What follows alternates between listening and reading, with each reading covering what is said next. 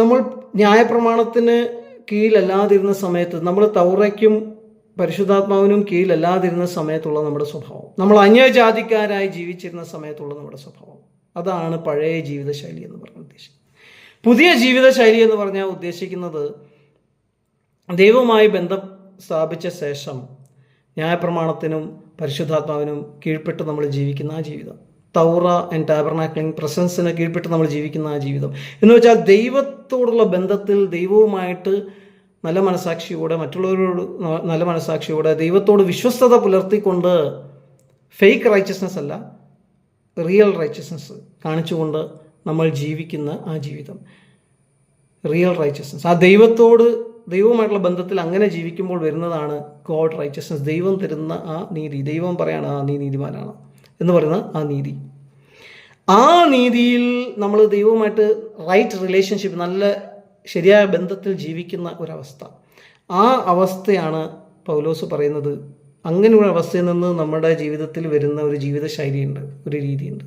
അതാണ് പുതിയ മനുഷ്യൻ്റെ ജീവിതശൈലി എന്നാണ് ഉദ്ദേശിക്കുന്നത്.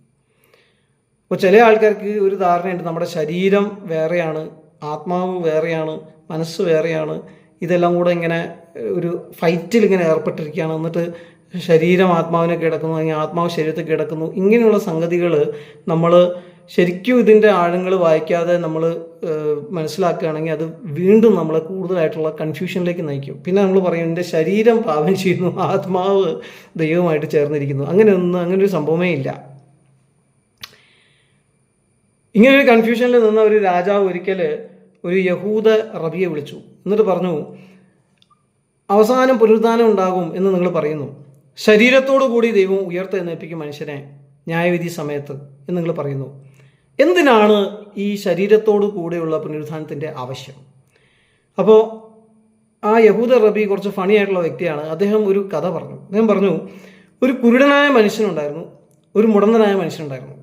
ഈ കുരുടനും മുടന്തനും ദിവസേന ഒരു മാർഗത്തിൽ കൂടെ കടന്നു പോകുമ്പോൾ അവിടെ ഒരു തോട്ടമുണ്ട്. ആ തോട്ടത്തിനകത്ത് നല്ല പഴങ്ങൾ, നല്ല ഫലങ്ങളുണ്ട്. അതിങ്ങനെ മണത്തിട്ട് ഇവർ രണ്ടുപേർക്കും അത് വേണം, അതോ അത് മോഷ്ടിക്കണം. അവർക്കത് പോയിട്ട് ചോദിച്ചിട്ട് പൈസ കൊടുത്ത് മേടിക്കാൻ വയ്യ, അവർക്കത് മോഷ്ടിക്കണം. പക്ഷെ ഇവർക്ക് രണ്ടുപേർക്കും, ഒരാൾക്ക് കാഴ്ചയില്ല, ഒരാൾക്ക് നടക്കാൻ വയ്യ. അപ്പോൾ എങ്ങനെ ഇവർക്ക് ചെയ്യാൻ പറ്റും? അങ്ങനെ ഇവർ രണ്ടുപേരും കൂടെ സന്ധിയിൽ വന്നു. എന്നിട്ട് അവർ പറഞ്ഞു, നമുക്കൊരു കാര്യം ചെയ്യാം. ആ മുടന്തനായ മനുഷ്യന് കാഴ്ചയുണ്ട്, അവന് ആ കുരുടൻ്റെ മുകളിൽ കയറിയിരിക്കാം, എന്നിട്ട് ഡയറക്റ്റ് ചെയ്തിട്ട് ആ തോട്ടത്തിനകത്ത് കൊണ്ടുപോയി ആ തോട്ടത്തിനകത്തുള്ള നല്ല ഫലങ്ങൾ പറിച്ച് നമുക്ക് കഴിക്കാം. അങ്ങനെ അവർ കഴിച്ചിട്ട് ഇവർ രണ്ടുപേരും വേറെ വഴിക്ക് പോയി. ഇവരാണിത് ചെയ്തിരിക്കുന്നതെന്ന് ദൃക്സാക്ഷികളുണ്ട്, ആളുകളുണ്ട്, എല്ലാവരും കണ്ടിട്ടുണ്ട്. അപ്പോൾ ഓണർ ഇവർക്കെതിരെ കേസ് കൊടുത്തപ്പോൾ ഇവർ രണ്ടുപേരും വന്നു. അപ്പം ഇവരെ രണ്ടുപേരും മാറി മാറി വിസ്തരിക്കുകയാണ്. അപ്പം മുടന്തനെ മാറി വിസ്തരിക്കുന്ന സമയത്ത് മുടന്തനോട് ചോദിച്ചു, നിങ്ങൾ ആ മരത്തിൻ്റെ അടുത്തേക്ക് ചെന്നിട്ട് ആ ഫലം പറിച്ച് തിന്നോ? അപ്പോൾ മുടന്തൻ പറഞ്ഞു, ഇല്ല, എനിക്കതിനുള്ള കഴിവില്ല, എനിക്ക് നടക്കാൻ കഴിയില്ല, നിങ്ങൾ കാണുന്നില്ലേ, എനിക്ക് നടക്കാൻ വയ്യ, പിന്നെ ഞാനെങ്ങനെയാണ് അതിൻ്റെ മുകളിലൊക്കെ കയറിയിട്ട് ഈ ഫലം പറിച്ച് തിന്നു? അല്ലെങ്കിൽ എനിക്ക് അത്ര ഹൈറ്റും ഇല്ല, എനിക്ക് അങ്ങോട്ട് കയറി പോകാനും പറ്റില്ല. അപ്പോൾ അവനെ വിട്ടയച്ചു. പിന്നെ കുരുടൻ വന്നിട്ട് കുരുടനോട് ചോദിച്ചു, നിങ്ങളാണ് ആ ഫലം പറിച്ചതെന്ന് ദൃക്സാക്ഷികളുണ്ട്, ആളുകൾ കണ്ടിട്ടുണ്ട്, നിങ്ങളാണോ? അപ്പോൾ അവൻ പറഞ്ഞു, എനിക്ക് കണ്ണ് കാണാൻ മേല, ഞാൻ എങ്ങനെയാണോ ഫലം ലൊക്കേറ്റ് ചെയ്യുന്നത്, കാണുന്നത്, പറിക്കുന്നത്, എനിക്കതിന് കഴിയില്ല. അങ്ങനെ ഇവരെ രണ്ടുപേരെയും അവിടെ ഉണ്ടായിരുന്ന അധികാരികൾ വെറുതെ വിട്ടു. എന്നാൽ ആ ഓണർക്ക് വളരെ വിഷമം, കാരണം അവനറിയാം ഇവരാണ് ചെയ്തിരിക്കുന്നത്.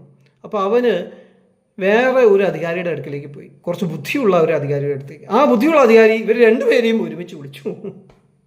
ഇവർ രണ്ടുപേരെയും രണ്ടായി വിളിക്കാതെ ഒരുമിച്ച് വിളിച്ചിട്ട് ഇവരോട് ചോദിച്ചു, നിങ്ങൾ എങ്ങനെയാണ് ഇത് ചെയ്തത്? എന്നിട്ട് കാണിച്ചു കൊടുത്തു. അങ്ങനെ അവർ സമ്മതിക്കേണ്ടി വന്നു. അവരുടെ കുറ്റം, അവരെ ശരിയായ രീതിയിൽ ന്യായം വിധിക്കാനായിട്ട് സാധിച്ചു.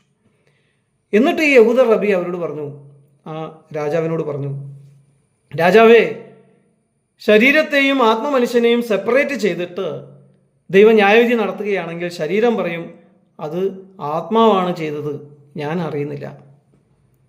ആത്മാവ് പറയും, ശരീരമാണ് അത് ചെയ്തത്, ഞാൻ അതിന് ഉത്തരവാദിയല്ല. അങ്ങനെ രണ്ടുപേരും സെപ്പറേറ്റ് ആയിട്ടുള്ള വ്യക്തികളാണെങ്കിൽ വ്യക്തിത്വങ്ങളാണെങ്കിൽ രണ്ടുപേരും മ്യൂച്വലായിട്ട് പഴിചാരിയിട്ട് ശരിയായ രീതിയിൽ ഒരു ന്യായവിധി നടത്താൻ ദൈവത്തിന് പോലും കഴിയില്ല. അതുകൊണ്ട് ശരിയായ രീതിയിൽ ഒരു ന്യായവിധി അവസാനം ദൈവത്തിന് നടത്താനായിട്ട് സാധിക്കണം എന്നുണ്ടെങ്കിൽ ശരീരവും ആത്മാവും കൂടെ അടങ്ങുന്ന ആ മുഴുവൻ മനുഷ്യനെ ഉയർത്തെഴുന്നേൽപ്പിച്ചെങ്കിലും ഒക്കുള്ളൂ.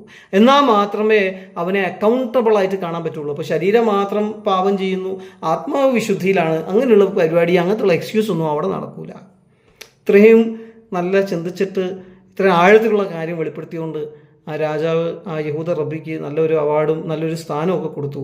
പക്ഷേ നമ്മളെ സംബന്ധിച്ച് പറയുകയാണെങ്കിൽ മനസ്സിലാക്കേണ്ട കാര്യം, ദൈവം അവസാനം എല്ലാവരെയും ഉയർത്തെഴുന്നേൽപ്പിച്ചിട്ടാണ്, ശരീരത്തോടെയും മനസ്സോടെയും ഒക്കെ ഉയർത്തെഴുന്നേൽപ്പിച്ചിട്ടാണ് ന്യായവിധി നടത്താൻ പോകുന്നത്. അപ്പോൾ ആരും ഇങ്ങനെ രക്ഷപ്പെടാൻ പോകുന്നില്ല. എൻ്റെ ആത്മാവ് ശരിക്കും നല്ല ആത്മീയത്തിലായിരുന്നു, പക്ഷേ എൻ്റെ ശരീരം അങ്ങ് പാപം ചെയ്യായിരുന്നു. അപ്പം ശരീരത്തിൻ്റെ കുറ്റമാണ്, ശരീരത്തെ മാത്രം എടുത്തിട്ട് നരകത്തിലേക്ക് എറിയുക, നിങ്ങളുടെ ആത്മാവിനെ സ്വർഗത്തിലേക്ക് കൊണ്ടുപോകുക, അങ്ങനെ ഒരു പരിപാടി ഇല്ല. അതുകൊണ്ടാണ് ഞാൻ പറഞ്ഞത്, നിങ്ങളുടെ ആത്മാവിനാൽ, നിങ്ങളുടെ പരിശുദ്ധാത്മാവിനാൽ നിങ്ങളുടെ അകത്തെ മനുഷ്യൻ ബലപ്പെടണം എന്ന് പറഞ്ഞാൽ പൗലോസ് ഉദ്ദേശിക്കുന്നത് നിങ്ങളുടെ അകത്തെ മനുഷ്യന് ഇങ്ങനെ ആത്മാവ് ഇങ്ങനെ ഒതുക്കി നിൽക്കും എന്നുള്ളതല്ല. ആ മുഴുവൻ വ്യക്തിത്വത്തെയാണ് ഉദ്ദേശിക്കുന്നത്. നിങ്ങളുടെ വ്യക്തിത്വത്തിൻ്റെ ആഴങ്ങളിലേക്ക് എന്നാണ് അതിനെ ട്രാൻസ്ലേറ്റ് ചെയ്യേണ്ടത്. നിങ്ങളുടെ മുഴുവൻ മനുഷ്യൻ്റെയും ശരീരം, ആത്മാവ് എല്ലാം കൂടെ അടങ്ങുന്ന ആ മനുഷ്യൻ്റെ ആഴങ്ങളിലേക്ക് ആത്മാവ് ചെല്ലണം എന്നാണ് പറയുന്നത്. മനസ്സിലായോ? ആത്മാവിനാൽ നിങ്ങളുടെ ഏറ്റവും അകത്ത് കിടക്കുന്ന മനുഷ്യൻ എന്ന് വെച്ചാൽ നിങ്ങളുടെ മുഴുവൻ മനുഷ്യൻ, സൂപ്പർഫിഷ്യൽ ആയിട്ടുള്ള മനുഷ്യനല്ല, അതിൻ്റെ അകത്ത് കിടക്കുന്ന ലെയറല്ല, ഏറ്റവും അകത്ത് കിടക്കുന്ന ലെയറുമല്ല, മുഴുവനായിട്ടും. ഒരു കത്തി എടുത്തിട്ട് നമ്മൾ സോഫയ്ക്കകത്തോട്ട് കുത്തുമ്പോൾ അതിൻ്റെ ഉള്ളിലേക്ക് പോകില്ലേ എന്ന് പറയുന്നത് മാതിരി ആത്മാവിനാൽ നിങ്ങളുടെ അകത്തെ മനുഷ്യൻ, നിങ്ങളുടെ മുഴുവൻ മനുഷ്യനും എന്ത് ചെയ്യണം?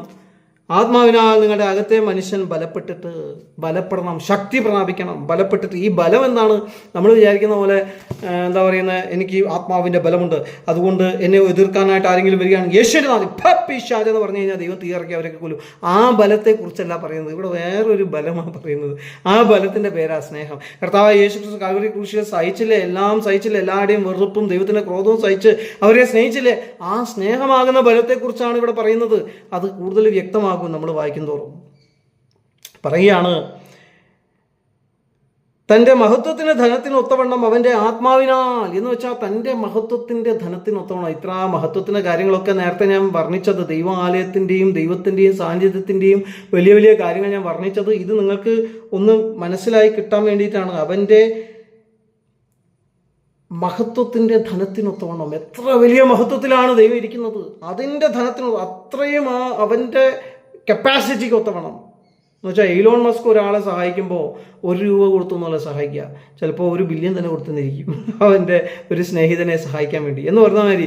അതേസമയം നമ്മൾ കൊടുക്കുകയാണെങ്കിൽ നമ്മൾ 100 രൂപ കൊടുക്കും, അല്ലെങ്കിൽ 200 രൂപ കൊടുക്കും ഒരു പാവപ്പെട്ടനെ സഹായിക്കാൻ, അല്ലേ? അപ്പോൾ എന്ന് പറയുന്ന മാതിരി അയാളെ സംബന്ധിച്ച് പറഞ്ഞാൽ അയാൾക്ക് നമ്മുടെ 100 രൂപ എന്നൊക്കെ പറയുന്നത് പോയ മാതിരിയാണ് 1 ബില്യൺ എന്ന് പറയുന്നത്. എന്ന് പറഞ്ഞാൽ ദൈവം അവൻ്റെ മഹത്വത്തിന് ധനത്തിനൊത്തവണ്ണം എന്ന് വെച്ചാൽ നമ്മുടെ മഹത്വത്തിൻ്റെ ധനത്തിനൊത്തവണ്ണം അല്ല. നമ്മൾ കാണുന്ന ഈ പ്രകാശം തരുന്ന ചന്ദ്രൻ്റെയും സൂര്യൻ്റെയും ആദിമ സമയങ്ങളിൽ ഉണ്ടായിരുന്ന ദൈവം സൃഷ്ടിച്ച ആദിമ പ്രകാശം ഉണ്ടല്ലോ, ആ പ്രകാശത്തിൻ്റെയും മഹത്വത്തിന് ധനത്തിനൊത്തവണ്ണം അല്ല. അതിൻ്റെ ധനത്തിനൊത്തവണ്ണം നിങ്ങളെ സഹായിക്കാൻ മോഡേൺ മെഡിസിന് കഴിയും, ലേസറൊക്കെ ഉപയോഗിച്ചിട്ട്. പക്ഷേ അതിനേക്കാളും മഹത്വത്തിന് ധനത്തിനൊത്തവണ്ണം ദൈവത്തിന് നിങ്ങളെ സഹായിക്കാനായിട്ട് കഴിയും. അതിനേക്കാളും മഹത്വത്തിലാണ് ദൈവത്തിൻ്റെ പ്രകാശം, ദൈവത്തിൻ്റെ തേജസ്, ദൈവത്തിൻ്റെ ശക്തി, ദൈവത്തിൻ്റെ ജീവൻ, ദൈവത്തിൻ്റെ സ്നേഹം ഇരിക്കുന്നത്. ആ മഹത്വത്തിന് ധനത്തിനൊത്തവണ്ണം ദൈവം എന്ത് ചെയ്യാണ്? അവൻ്റെ ആത്മാവിനാൽ നിങ്ങളുടെ അകത്തെ മനുഷ്യനെ സംബന്ധിച്ച് ശക്തിയോടെ ബലപ്പെടേണ്ടതിനും എന്ന് പറഞ്ഞാൽ ഈ ഓടെ എന്നൊക്കെ ഞാൻ പറയാനുള്ള കാരണം എന്താണ്? പെന്തക്കോസ്ത് ഉപദേശിക്കാരും അങ്ങനെ ചെയ്യുന്നത് അതിൻ്റെ ആഴം ഒന്ന് ഗ്രഹിക്കാനും അതിൻ്റെ വീതി ഒന്ന് മനസ്സിലാക്കാനും വേണ്ടിയാണ്. എന്ന് വെച്ചാൽ അത്രയും ശക്തിയാണിത്. നിങ്ങളുടെ അകത്തെ നിങ്ങളുടെ മുഴുവൻ മനുഷ്യനും ആ ദൈവത്തിൻ്റെ ബലത്താൽ ബലപ്പെടണം. എന്നിട്ട് ക്രിസ്തു വിശ്വാസത്താൽ നിങ്ങളുടെ ഹൃദയങ്ങളിൽ വസിക്കേണ്ടതിനും. അപ്പം നിങ്ങളുടെ ഹൃദയങ്ങളിൽ, നിങ്ങളുടെ മനസ്സുകളിൽ, നിങ്ങൾക്ക് വികാരം ഉണ്ടാകുന്ന സ്ഥലമാണ് ഹൃദയം. സ്നേഹം എന്ന് പറഞ്ഞ വികാരം ഉണ്ടാകുന്ന സ്ഥലമാണ് ഹൃദയം. ആ സ്ഥലങ്ങളിൽ ക്രിസ്തു വസിക്കണം. നിങ്ങൾ സ്നേഹത്തിൽ വേരൂന്നി അടിസ്ഥാനപ്പെട്ടവരായി. അപ്പം അങ്ങനെ നിങ്ങൾ വസിക്കുമ്പോൾ ദൈവസ്നേഹം വരും. കാരണം ക്രിസ്തു എന്ന് പറഞ്ഞാൽ ദൈവസ്നേഹമാണ്, അല്ലേ? ആ സ്നേഹത്തിൽ വേരൂന്നി. അപ്പോൾ വേരൂന്നുന്നത് എന്താണ്? വൃക്ഷം. ഈ ആലയത്തിൽ നിന്ന് ഒഴുകുന്ന ദൈവത്തിൻ്റെ ജീവജലം ഒഴുകി ഇങ്ങനെ പുറത്തേക്ക് ചെല്ലുമ്പോൾ അവിടെ വൃക്ഷങ്ങളുണ്ടാകും നദിയുടെ ചുറ്റും. ആ വൃക്ഷങ്ങൾ നല്ല ഫലം കായ്ക്കുമെന്ന് പറയുന്നുണ്ട്. അത് അന്യജാതിക്കാരെ കുറിച്ചാണ് പറയുന്നതെന്ന് പല ആളുകളും വിശേഷിപ്പിച്ചിട്ടുണ്ട്. അത് അന്യജാതിക്കാരിൽ നിന്ന് വിശ്വാസത്തിലേക്ക് വന്നവരാണെങ്കിലും യഹൂദന്മാരിൽ നിന്ന് വിശ്വാസത്തിലേക്ക് വന്നവരാണെങ്കിലും അവർ ദൈവത്തിൻ്റെ വൃക്ഷങ്ങളെ പോലെയാണ് ദൈവത്തിൻ്റെ മക്കൾ. ആറ്റരികത്ത് നട്ടിരിക്കുന്ന വൃക്ഷം പോലെ ആ വൃക്ഷം നല്ല ഫലം കായ്ക്കും. ദൈവത്തിൻ്റെ സാന്നിധ്യത്തിൽ വസിക്കുന്ന ആ വൃക്ഷം. അപ്പോൾ പറയാണ് വൃക്ഷത്തോട് കമ്പയർ ചെയ്യാണ്. അടുത്ത ഒരു അനാലജി അവൻ കൊണ്ടുവരികയാണ്. വൃക്ഷത്തോട് കമ്പയർ ചെയ്യാണ്. വൃക്ഷത്തിന് എന്താണ്? വേരൂന്നും വൃക്ഷം അല്ലേ? ആ സ്നേഹത്തിൻ്റെ ആഴങ്ങളിലേക്ക് നിങ്ങളുടെ വേരിറക്കണം എന്നാണ് പറഞ്ഞത്. നിങ്ങളെ കൂട്ടായ്മയുടെ മൊത്തത്തിലുള്ള വേര് ഇറക്കണം. നിങ്ങൾ ഓരോരുത്തരും സ്വന്തമായിട്ടും ആ സ്നേഹത്തിൻ്റെ ആഴങ്ങളിലേക്ക് നിങ്ങളുടെ വേരിറക്കിയിട്ട് ആ സ്നേഹം കുടിക്കണം, വെള്ളം മാതിരി. എന്നിട്ട് പറയാണ് അടിസ്ഥാനപ്പെട്ടവരായി. എന്താണ് ഈ അടിസ്ഥാനം എന്ന് പറയുന്നത്?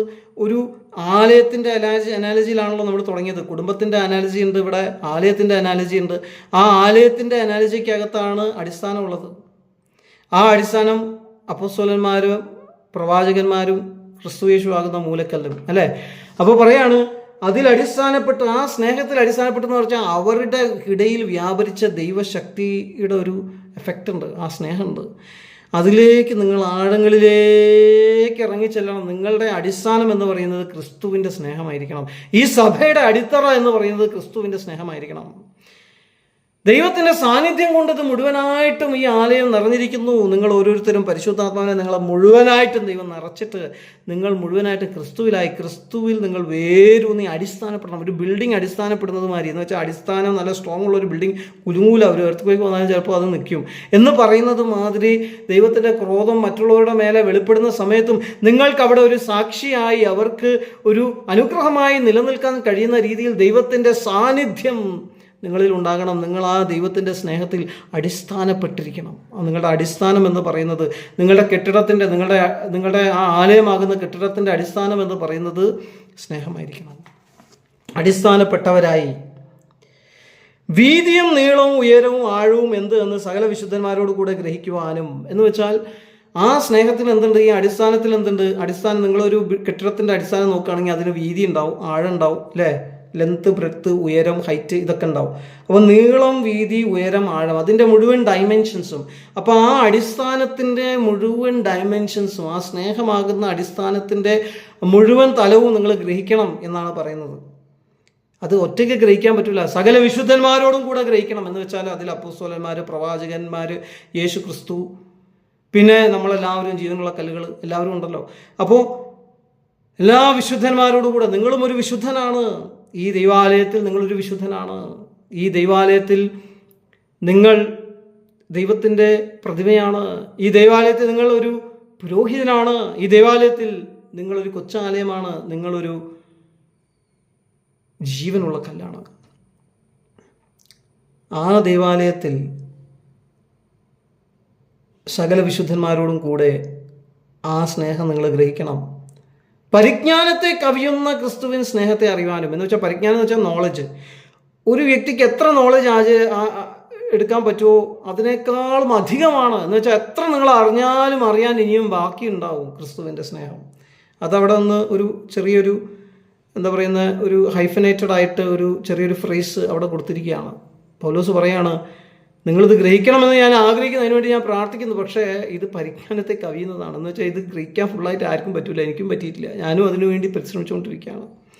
ആ ക്രിസ്തുവിൻ്റെ സ്നേഹത്തിൻ്റെ ആഴം, വീതി, നീളം, ഉയരം സകല വിശുദ്ധന്മാരോട് കൂടെ നിങ്ങൾ ഗ്രഹിക്കാനും പ്രാപ്തരാകുകയും ദൈവത്തിൻ്റെ എല്ലാ നിറവിനോളം, അങ്ങനെ ദൈവത്തിൻ്റെ എല്ലാ നിറവിനോളം നിങ്ങൾ നിറഞ്ഞു വരികയും വേണമെന്ന് ഞാൻ പ്രാർത്ഥിക്കുന്നു. പൗലോസ് പറയാണ്, നിങ്ങൾ ദൈവസ്നേഹത്താൽ നിറയണം എന്ന് ഞാൻ പ്രാർത്ഥിക്കുന്നു. അതാണ് ചുരുക്കം വാചകങ്ങളിൽ പറഞ്ഞാൽ, ഏറ്റവും ചുരുക്കം വാചകങ്ങളിൽ പറഞ്ഞാൽ ആ പ്രേയറിൻ്റെ എഫക്റ്റ്. നിങ്ങളെല്ലാവരും വിവിധ പശ്ചാത്തലത്തിൽ നിന്ന് വന്നവരാണ്.